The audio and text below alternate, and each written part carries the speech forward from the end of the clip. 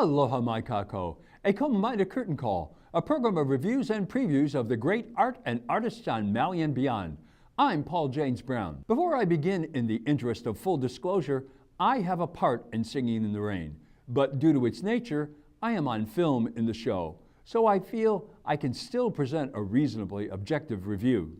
Maui OnStage is presenting the Maui premiere of what critics now consider to be the best movie musical ever made, Singin' in the Rain. With a book by Betty Comden and Adolph Green, and unforgettable music by Nasio Herb Brown and Arthur Freed, it's a wonder why it took Broadway over 3 decades to produce this wonderful, feel-good comedy love story. And what a swan song for the Daskulias' Alexis and Stephen. She directs and he musical directs. After 11 years, the Daskulias' will bid a triumphant farewell to Maui OnStage, one of the oldest continuously producing community theaters in America, and they leave on the highest note possible. This production is the best musical they have done, and they have done a lot of really good ones. But this one broke them out, if you excuse the mixed metaphor. From the opening note of the outstanding pit orchestra to the last splash of Carol Walker's most inventive and brilliant rain machine, you are going to love, love, love this show. Every moment is a delight, and the cast is so deep, there is not a weak link in this remarkable chain. In her program notes, Ms. Daskulias reveals that she had seen the film hundreds of times before she was 14, and it shows. She is intimate with the film. Those of us who know it will see many of the scenes we remember so well, but Ms. Daskulias has successfully transferred those scenes that could not easily be done on stage into actable moments that propel the story forward and totally work. In fact, I defy you not to sing along with the overture. That's how friendly this show is. The performance by the 4 leads are so great, it is hard to know where to begin. First of all, stepping into the shoes of Hollywood legends Gene Kelly, Debbie Reynolds, and Donald O'Connor is damned intimidating.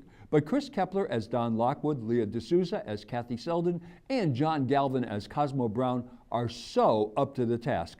And Laura Cole as Lena Lamont, doing a dead-on Judy Holliday in Born Yesterday, steals the show. Chris Kepler's Don Lockwood exudes star from the moment he walks down the aisle in the opening movie premiere of the show. Mr. Kepler's Don is besotted with D'Souza's Kathy, and who wouldn't be? This show is really an ensemble piece, and his duet with Ms. D'Souza on You Were Meant for Me, and the trio with she and Mr. Galvin on Good Mornin' were so much fun, and it is clear all hands are having a blast. They do the signature end of this number where all 3 topple a bench, rather than a couch, and end up in a heap, which to that point in the show was the biggest audience delight. They loved it. But it's Mr. Kepler's solo in the most iconic scene in the show that had the audience cheering into the intermission on the title song. First, you cannot do this show, nor this song, without rain. And Carol Walker has outdone herself on this one. Her rain machine provides a curtain of rain downstage and puddles for Mr. Kepler to splash through upstage. It is such a great special effect, there should be an award for it. But the rain is just an effect. Without a truly joyous and overcome Don, the scene would just be all wet. Mr. Kepler has taken on this most iconic moment and owns it. And when he does that splashing on this upstage sidewalk, the audience almost leaps out of its seat for joy.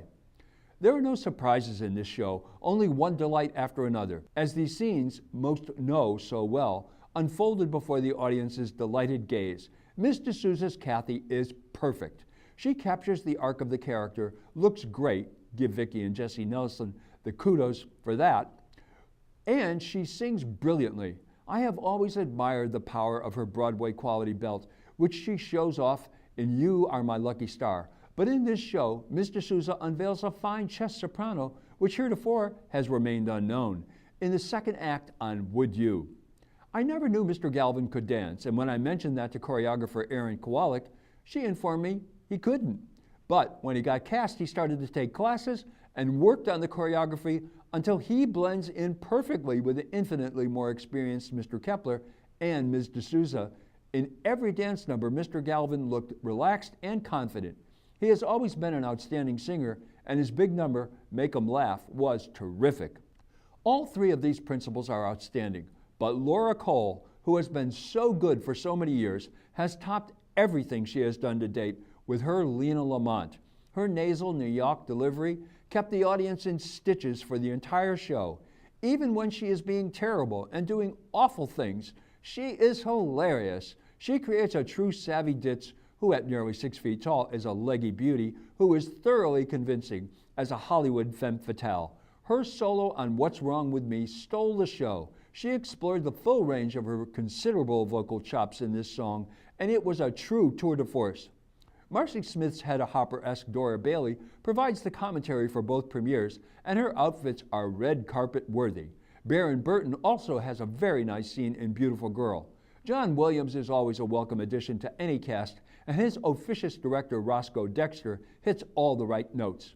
The reliable and ubiquitous Dale Button is more befuddled than commanding as S.F. Simpson, the head of the studio, and when he is totally outwitted by seemingly dim bulb Lena Lamont, it is a magical moment. Of all the shows in the Descoulias era, this one has the best dancing. From Jason Wolf and Felicia Chernicki Wolf's Tango, to the great trio in Good Morning, to fantastic big number Broadway Melody, to the fabulous tap trio of Teresa Supera, Camille Romero, and Nadine Fromer, along with Messrs. Kepler and Galvin on Moses, and of course, the slogging through the water and Singin' in the Rain. This is a dancing show, even more than it is a singing show, and Ms. Kowalik, who was assisted by Deja Padone and Sarah Loney Mark, should be smiling from here to there. One of the other unique elements about this show are the films, both silent and talkies. Bob Brooks and Ms. Descoulias get the credit for these much appreciated additions to this most enjoyable production. Set designer Carol Walker met all the challenges this show presented magnificently. Besides creating a rainstorm, the show has 16 separate locations, and not only were these effective, but the set changes were also efficiently done. When the Descouliases arrived 11 years ago, the rain came through the roof. Now, as they leave, the theater has a dry, secure roof, new seats, an orchestra pit, a well-organized backstage, and the rain is a special effect in one of their best shows. Both of them were excellent directors, and Mr. Descoulias was a more than capable musician and music director. They were a true dynamic duo who gave everything they had to Maui OnStage and the betterment of theater on Maui. They leave us with an excellent physical plant, a legacy of excellent performances with few stumbles, and a solid organization. Farewell and all the best. Singin' in the Rain continues Fridays and Saturdays at 7:30 p.m. and Sundays at 3 p.m. until August 4th. Tickets are available online at MauiOnStage.com by calling 242-6969 or by visiting the smiling, lovely Judy Hallop at the box office Monday, Wednesday, and Friday, 11 a.m. to 3 p.m. and 90 minutes prior to the shows.